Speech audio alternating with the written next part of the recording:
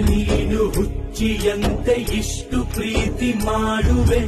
ಪ್ರೀತಿ ನೀನು ಕೊಟ್ಟ ಮೇಲೆ ನಿನಗೂ ಪ್ರೀತಿ ಬೇಡವೇ? ಎಷ್ಟು ಸಾರಿ ಅಂತ ನೀನೆ ಹೊಂದಿಕೊಂಡು ಹೋಗುವೆ. ಕಡಲ ಹುಟ್ಟು ಗುಣವೇ ಉಪ್ಪು ಬದಲಿಸೋಕೆ ಸಾಧ್ಯವೇ? ಪದೇ ಪದೇ ಅದೇ ಅದೇ ಸಹಿಸಲಾರೆನಲ್ಲ.